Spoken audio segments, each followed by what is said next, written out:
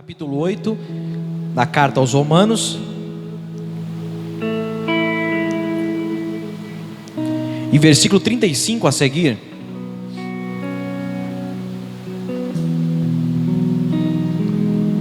Todos encontraram, amém? Carta que escreveu o apóstolo Paulo aos Romanos,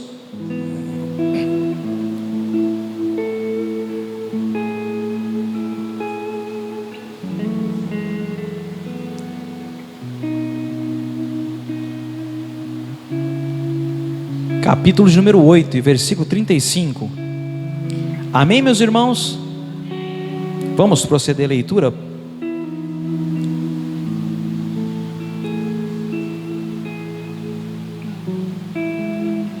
Diz assim a palavra do Senhor: quem nos separará do amor de Cristo? Será a tribulação, ou a angústia, ou a perseguição? Será que é a fome?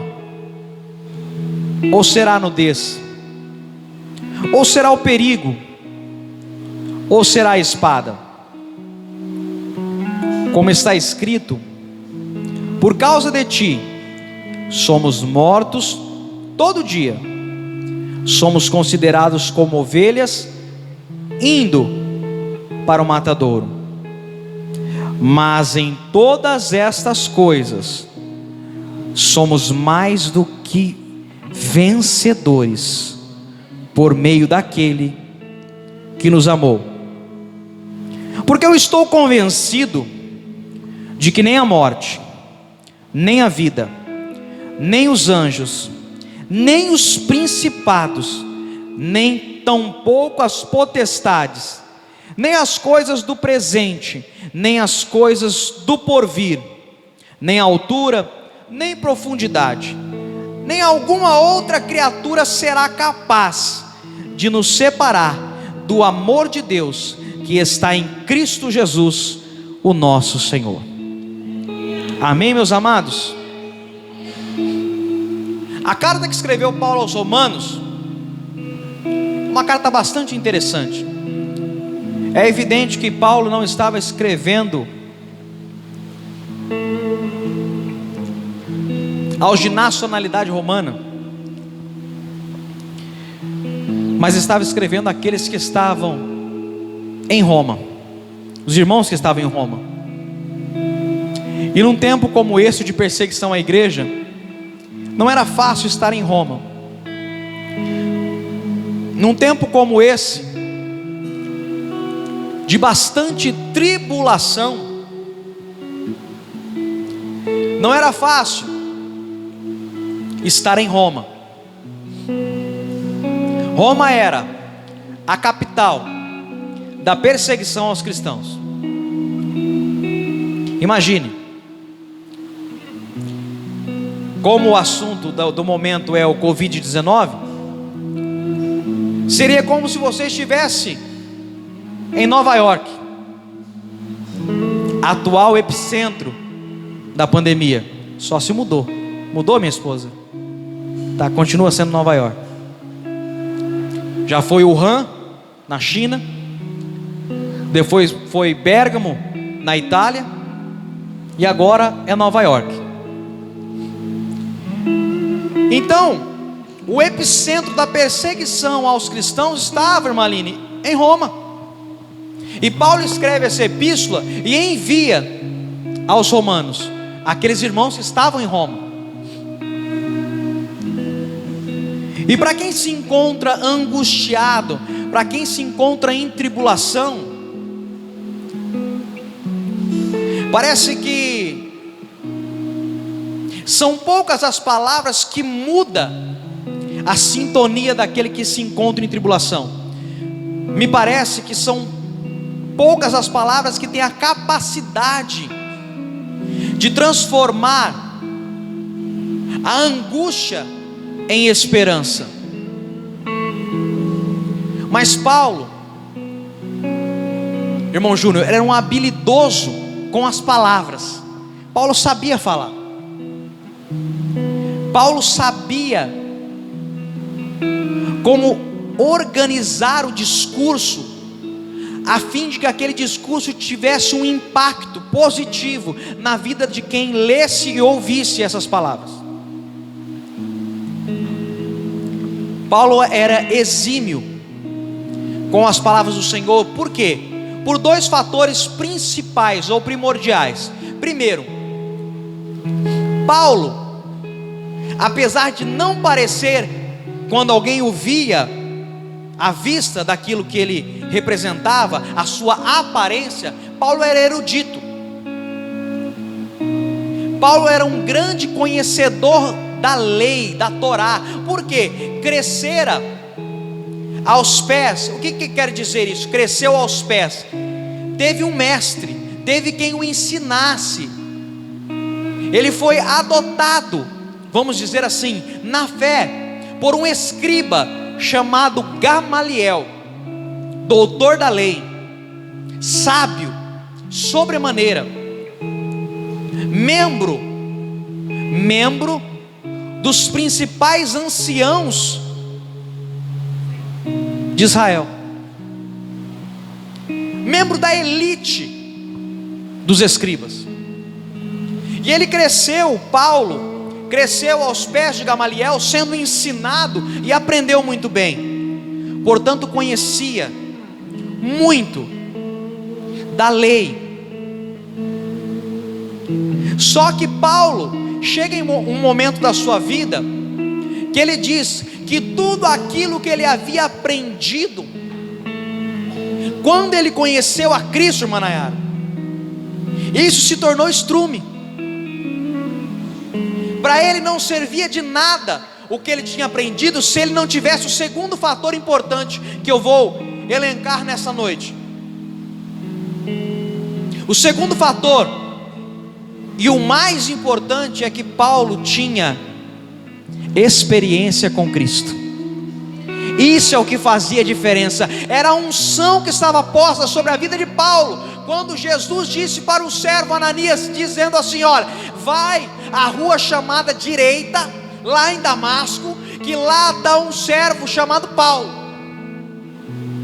Vai lá, porque eu falei para ele em sonho que tu ia. Quando Ananias recebe essa notícia vinda da parte de Deus, essa missão do Senhor que lhe foi dada, ele fala: meu Deus, Senhor, eu tenho ouvido a fama deste tal Paulo, e a fama não é boa. A fama é de que ele tem pegado cartas dos principais sacerdotes para perseguir, prender e, se for preciso, matar os cristãos. Agora o Senhor está me dizendo que eu tenho que sair da minha casa, do conforto do meu lar, e ir até lá em Damasco, na rua chamada direita, entrar na casa e falar que Paulo, o Senhor te escolheu. O Senhor diz para Ananias: vai, meu servo, porque aquele Paulo, para mim, é um vaso escolhido, e eu vou ensinar para este Paulo o que é sofrer por amor ao Evangelho. Então Paulo agora, ele concilia dois fatores importantes para a construção de um discurso realmente transformador. O primeiro, conhecedor da Sagrada Escritura. O segundo, unção de Deus. Tem muitos pregadores aí que tem muito conhecimento da palavra de Deus, e é notável, é notório, só que não tem unção nenhuma. Então não passa de letra, e a letra mata, mas o Espírito edifica, o Espírito vivifica, o Espírito traz vida, o Espírito traz transformação. Portanto, não adianta somente ter letra. Ter conhecimento da palavra de Deus é importante, sim, é importante, mas Paulo tinha um diferencial além do conhecimento da Sagrada Escritura. Por quê? Conhecimento da Sagrada Escritura não diferia Paulo dos demais escribas, doutores da lei, dos outros fariseus, porque todos eles guardavam todos os mandamentos e sabiam com perfeição descrever tudo aquilo que era mandamento do Senhor. Mas Paulo tinha uma coisa que os demais fariseus não tinham. Paulo tinha algo em sua vida que os demais escribas não tinham. Paulo tinha uma coisa que os demais judeus não tinham. Paulo tinha algo que os demais doutores da lei não tinham: unção da parte de Deus para transformar a vida das pessoas. Paulo tinha isso. Tanto é que, se você for estudar a palavra de Deus, você vai ver que certos filhos de um certo homem começaram a tentar expulsar demônios, se autodenominaram exorcistas e saíram pela cidade tentando exorcizar os demônios. É a primeira casta de demônios que eles pegam, que eles enfrentam, eles vão expulsar e falam assim: olha, nós estamos te expulsando no nome do Jesus que Paulo prega. Você vê quem era Paulo. O demônio responde para eles assim: ó, Jesus eu conheço, Paulo eu sei quem é, mas vocês quem são? E os demônios lenharam esses meninos, bateram neles tanto que eles tiveram que sair correndo, senão eles iam ser mortos pelo demônio. O demônio falou: Jesus eu conheço, o Nazareno. Paulo eu sei muito bem quem é, mas vocês nem sei quem são. Para vocês terem uma ideia da autoridade espiritual de Paulo. Por quê? Porque Paulo era um super-homem? Não, porque Paulo tinha unção da parte de Deus. Só a unção da parte de Deus pode promover uma mudança na sua e na minha vida. É só a unção do Altíssimo nas nossas vidas que vai fazer com que nós enfrentemos esse momento e passemos por ele.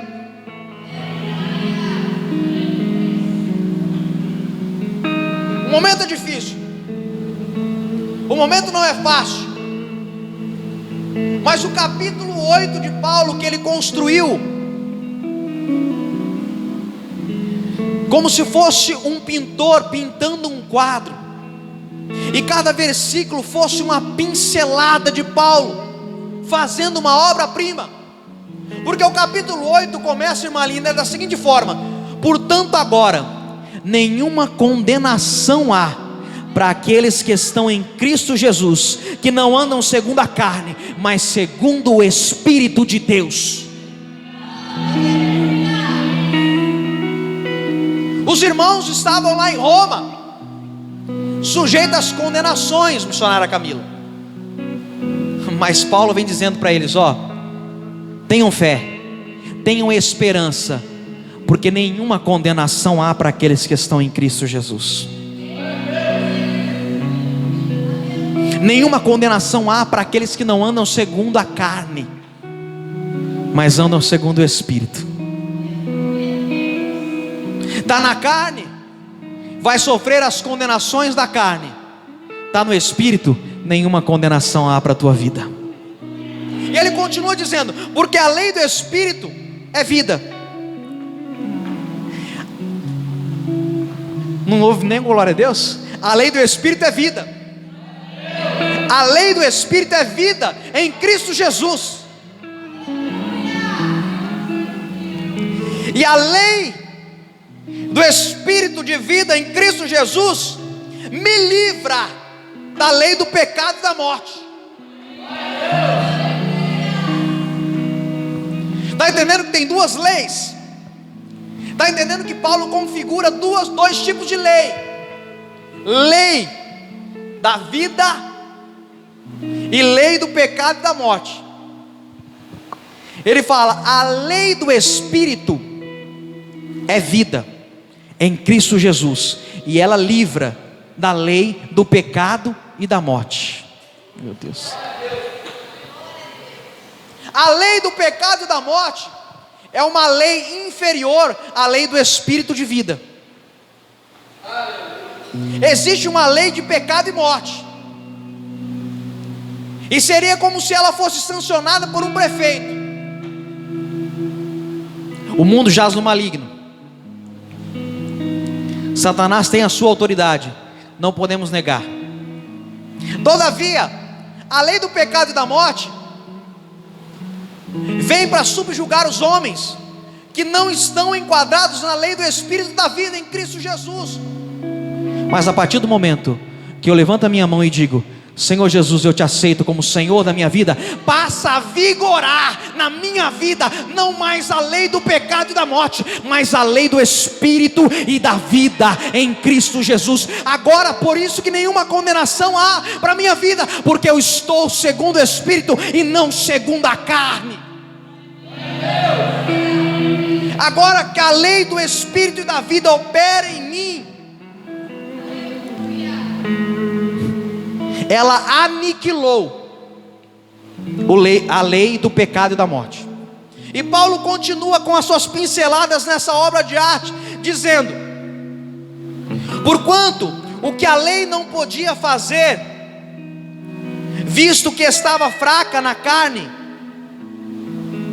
Deus, enviando o seu próprio Filho em semelhança da carne pecaminosa, e como oferta pelo pecado, condenou o pecado na carne, para que a justiça da lei fosse cumprida em nós, que não andamos segundo a carne, mas andamos segundo o Espírito. Porque os que são segundo a carne têm a mente nas coisas da carne, mas os que são segundo o Espírito têm a mente nas coisas do Espírito. E Paulo continua: porque a mentalidade carnal é morte. Pegou? Quem pegou? Pode pegar, que é de graça. A mentalidade da carne, a mentalidade carnal é sempre morte. É dedo apontado. Está entendendo a mentalidade da carne? A mentalidade da carne, ela faz com que nós apontemos o nosso irmão: vai para o inferno, isso e aquilo, pecador e tal. Essa é a mentalidade da carne. A mentalidade da carne é sempre morte, nunca tem vida, é sempre condenação. O próprio Cristo não nos condena, mas nós nos condenamos uns aos outros. Aí ele vai dizendo: a mentalidade carnal é morte, mas a mentalidade espiritual é vida e paz. A mentalidade espiritual, a mente que foi renovada em Cristo, é por isso que Paulo vai escrever na mesma carta aos Romanos, no capítulo 12: não vos conformeis com esse mundo, mas transformai-vos pela renovação da vossa mente. Uma mente espiritual, a mentalidade espiritual, ela se renova em Cristo todas as manhãs. Todas as manhãs ela se renova em Cristo. E a mente que se renova em Cristo experimenta qual é a boa, perfeita e agradável vontade de Deus. A mente espiritual. A mente carnal fica ali. Sabe aquelas tapas de cavalo, irmão Júnior? As tapas que vão na frente do cavalo, para que ele não pode ver o caminho, então ele vai para um lado para o outro. É você que vai segurar as rédeas. Então a mente carnal está restrita, ela restringe a sua visão apenas à morte, à condenação. Mas a mentalidade espiritual não, ela é ampla, ela é abrangente, ela consegue ver vida e paz. Portanto, meu amado irmão, nesse momento de angústia, de terror, de medo, exercite a sua mente espiritual, para que você possa olhar para frente, olhar para o alvo, o objetivo da tua salvação, Cristo Jesus, porque aí você vai ver um caminho de vida e paz. E por mais que as notícias sejam contrárias, por mais que as notícias sejam alarmantes e desesperadoras, porque já tem até na internet: anjos foram vistos na China. Não sei quem viu. Já viram, ó, os irmãos já viram. Tem até vídeo na internet que já foi visto o anjo, que a trombeta está tocando. É por isso que a palavra de Deus nos ensina da seguinte forma: Flávio, é assim, ó. Quando disserem para você, ó, o Cristo está ali, não vai. Quando disserem para você, olha, ó, tocou a trombeta lá, não vai não. O Cristo está dentro da casa, não entra para ver. O Cristo está para fora, não sai para fora para ver.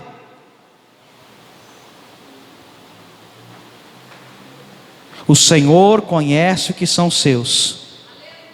Se você está no Espírito, você vai ouvir o teu nome ser chamado, e Ele te conhece, Ele vai te chamar pelo seu nome e pelo seu sobrenome. Não tem engano no Senhor. Portanto, se a trombeta tocar hoje, tenha certeza que você vai subir, e com os anjos do Senhor nós cantaremos juntos em glória para todos sempre. Não se desespere com as notícias, por mais catastróficas que sejam. A nossa esperança não está nos homens. A nossa esperança não está na mídia. A nossa esperança não está nas redes sociais. A nossa esperança está em Cristo Jesus, o nosso Senhor e Salvador. Ele prometeu, assim como no tempo dos discípulos, e essa palavra continua ecoando de geração em geração: não se turbe o vosso coração. Não. Quer palavra mais do que essa, Iago? Quer palavra melhor do que essa? Para este momento, o Senhor está dizendo, assim como disse para os discípulos: o Senhor iria subir, o Senhor iria morrer, ressuscitar e ascender aos céus. E os discípulos estavam atônitos, preocupados, cabisbaixos e tristes, porque o Senhor iria ser sacrificado na cruz do Calvário. Agora Ele diz para os discípulos: não se turbe o vosso coração. Credes em Deus, credes também em mim. Na casa do meu Pai há muitas moradas. Se não fosse assim, vou-los teria dito: vou preparar-vos lugar. Por quê? Vou preparar lugar, para onde quer que eu esteja, vós estejais também. Não se turbe o vosso coração. Não deixe o seu coração ser turbado com a multidão de informação que você está recebendo. Se mantenha informado, sim. Se paute por canais verdadeiramente seguros, canais que sejam oficiais das organizações. Não confie em tudo que você veja. Não confie em tudo que você vê por aí. Procure, por exemplo, se informar pelo Ministério da Saúde. Não procure se informar por um grupo do Facebook. Não procure se informar por um grupo do Instagram, ou enfim, uma celebridade que você segue. Procure se informar por canais oficiais. Porque agora, neste momento, todos se tornaram especialistas. Tem gente que as suas notas na escola em biologia era 0, e ele virou infectologista da noite para o dia. Ele sabe como que propaga vírus, ele sabe tudo. Tem tanta gente falando asneira na internet. Para começar, o vírus nem se propaga, ele não se multiplica. Vírus não se multiplica, que se multiplica é a célula infectada. Quem sabia disso? Só minha esposa? O vírus infecta a célula com seu material genético, e a célula passa a se replicar. Diferentemente da bactéria, que ela se replica. Mas tem muita gente falando lá isso e aquilo na internet, e nós ficamos assustados. Mas segundo os especialistas, até o dia 6 de abril, eram para ter mais de 15 mil mortes no Brasil. E até agora nós temos pouco mais de 1.000. Não estou de maneira nenhuma desmerecendo essas mortes, porque cada vida que se perde é importante. Eu sinto a dor de uma família, porque também já perdi entes queridos. O que nós não podemos é nos desesperar como qualquer outra pessoa. Nós somos a igreja de Cristo. Nós somos o esteio da sociedade. Nós somos a noiva imaculada do Cordeiro, que continua fazendo a diferença sobre a face da terra. Então nós, ao invés de levarmos palavras de terror, palavras de medo, nós temos que levar palavras de esperança, palavras de confiança. Nós temos que ser melhores do que aqueles que não estão em Cristo. nós estamos.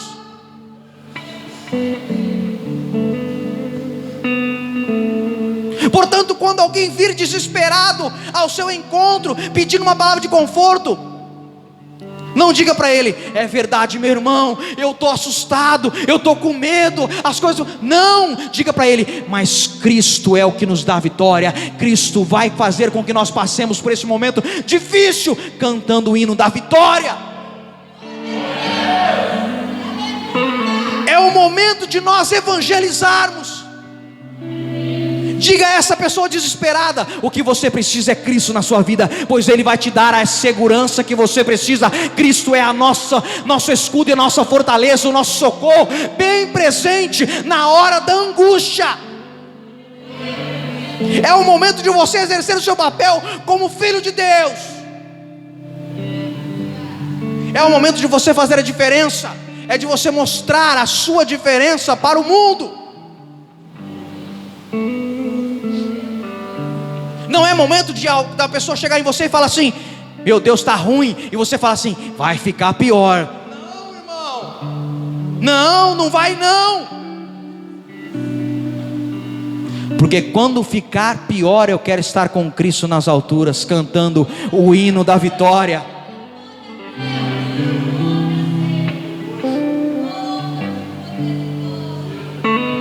É o cumprimento da palavra do Senhor, é verdade, mas existe também uma palavra que diz lá em Joel: nos últimos dias, diz o Senhor, derramarei o meu espírito sobre toda a carne.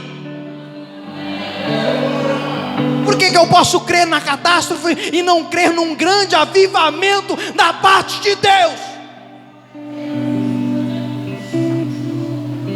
Por que eu tenho que crer somente nas mensagens apocalípticas e não crer que há uma promessa que nos últimos dias, irmão Júnior, o Senhor vai derramar o Espírito sobre toda a carne, e os velhos terão visões, os jovens terão sonhos, nós profetizaremos?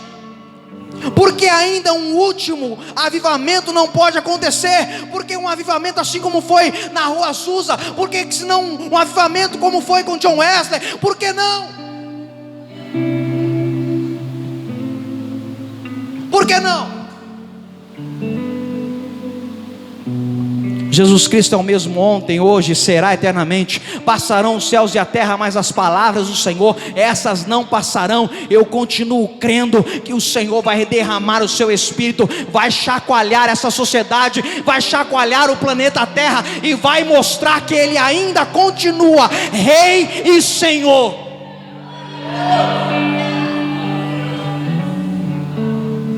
A humanidade brincou de ser Deus. A humanidade brincou com os atributos divinos que lhes são peculiares. Tem um livro em casa que minha esposa me deu, que chama Homo Deus.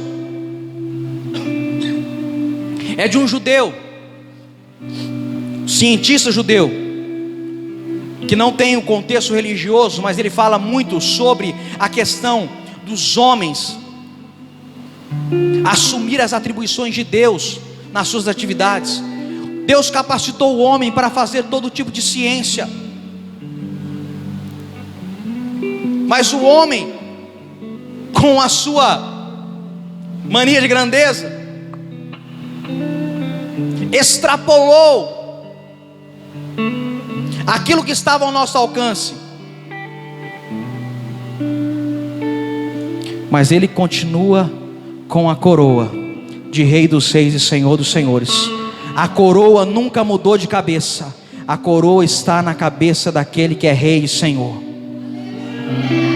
O cetro da justiça está nas suas mãos, e diante dele todo joelho se dobrará e toda língua confessará que Ele é Senhor.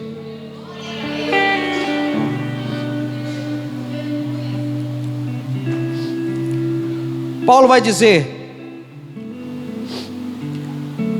que a mentalidade carnal é inimizade contra Deus, pois não é sujeita à lei de Deus, nem de fato pode ser. E aí ele fala então os que estão na carne não podem agradar a Deus, mas vós Não estáis na carne, mas vós está no Espírito. Estais no Espírito, se é que o Espírito de Deus habita em vós. Ora, se algum homem não tem o Espírito de Cristo, esse não é dele. Paulo continua com as suas pinceladas, desenhando essa obra de arte, que é o capítulo 8 da carta aos Romanos. E quando nós chegamos no versículo 35, que foi o que nós lemos, Paulo propõe uma interrogativa: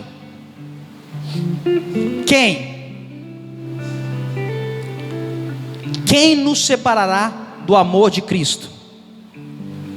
Aí ele começa a pontuar extremos que poderiam supostamente nos separar do amor de Cristo. Paulo começa agora a falar das leis naturais. Você vai perceber a profundidade de ciência que tem neste texto, porque Paulo agora começa a elencar leis naturais que você e eu estamos sujeitos, para dizer quem supostamente nos separaria do amor de Cristo. Ele começa: será a tribulação? Quem está sujeito à tribulação? Todos nós. Eu levanto as duas mãos. Será angústia? Quem está sujeito à angústia?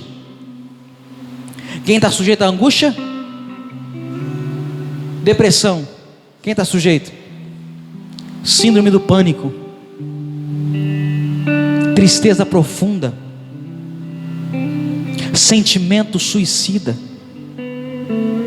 Todos nós estamos sujeitos. Ah, pastor, que isso? Eu sou crente. Paulo já passou pela tribulação. Paulo foi envolvido em tantos naufrágios, picado por serpente. Meus amados irmãos, a história de Paulo me chama muita atenção. Certa vez numa ilha, ele foi picado por uma serpente, que os habitantes daquele lugar falaram: meu Deus, é 5 minutos, vai morrer. Só ficaram só observando para ver ele cair, porque diz que a serpente picava e logo a pessoa morria. E Paulo chacoalhou a serpente, jogou no fogo, e está ali, esquentando as mãos na fogueira. Os habitantes falam: é agora, vai cair. E Paulo continuou. Se beber alguma coisa mortífera, não fará dano algum. Se for picado por uma serpente, não vai acontecer nada. E Paulo continuou glorificando ao Senhor. Paulo passou pela angústia, Paulo passou pela tribulação. Paulo foi açoitado, foi preso, foi menosprezado, foi escarnecido. Ele mesmo disse que passou nudez. O que é nudez? É não ter provisão de recursos para fazer nada. Paulo passou fome, mesmo ele sendo um fariseu da alta classe. Mas quando ele se propôs a seguir aquilo, o chamado de Jesus, Jesus disse para Ananias: eu vou ensinar para ele o que é sofrer pelo Evangelho. E Paulo sofreu. E Paulo agora coloca as mesmas coisas que nós estamos sujeitos. Ele disse: será a angústia, será a tribulação, a perseguição, será a fome, será a nudez, será o perigo, será a espada ou será a guerra? Ele diz: está escrito, por causa de ti, Senhor, somos mortos todo dia. Quem quer viver? Quem quer viver? Quem quer viver? Então tem que morrer. Ah, pastor, que isso? Quem quer viver tem que morrer.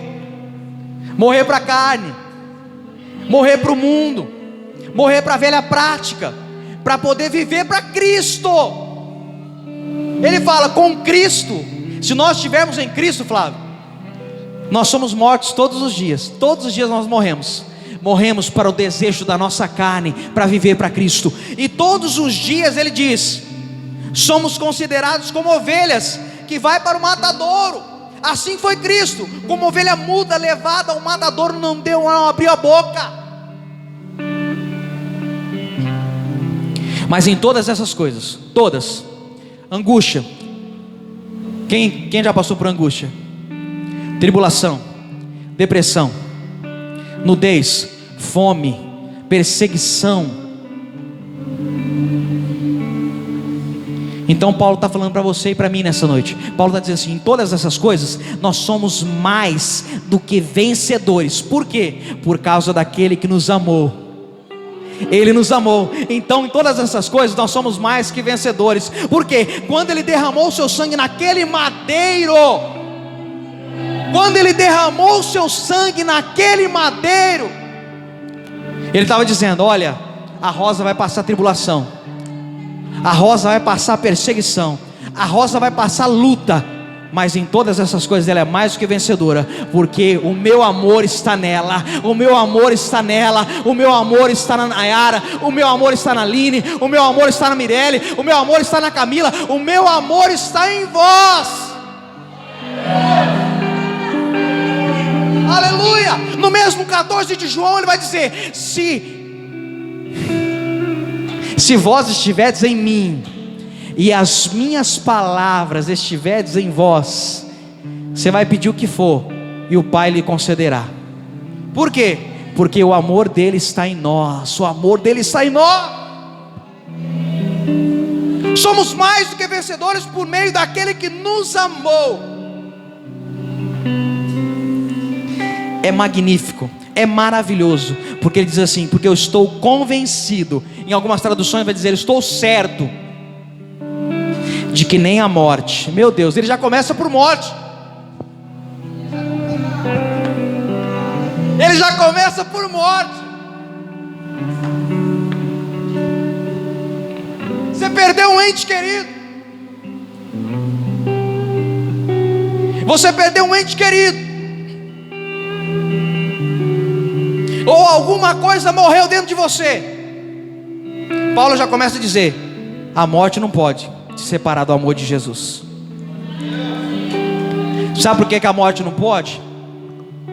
Porque Ele matou, meu amor, o pecado na carne.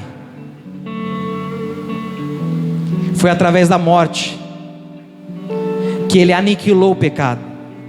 Então a morte não pode nos separar do amor de Cristo, porque ao terceiro dia a cruz estava vazia, a sepultura também estava, as vestes estavam no chão, aleluia, e o anjo disse às mulheres: por que estáis procurando o que vive entre os mortos? Então a morte não pode nos separar do amor de Deus que está em Cristo Jesus.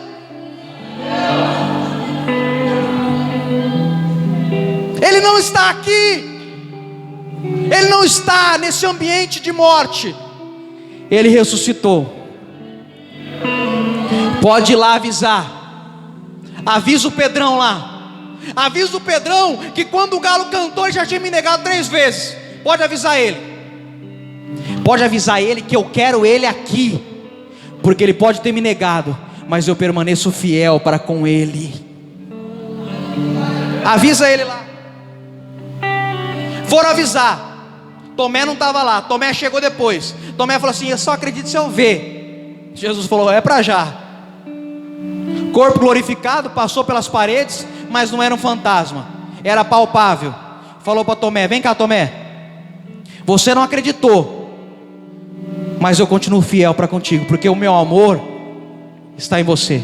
Vem cá, põe a mão aqui. Põe a mão aqui, ó. Põe o dedo no furo. Põe o dedo aqui. Quero dizer para você, Tomé, você viu para crer, mas bem-aventurados são aqueles que não viram, mas creram. Cadê você? Cadê você? Cadê você que não viu, mas creu? Você que não viu, mas creu. Nem a morte, nem a vida, A vida também não pode separar. A morte não pode. Lázaro, sai para fora. Vem, Lázaro. Desata ele. Está fedido, não está não. O que havia de morte já não é mais morte, é vida.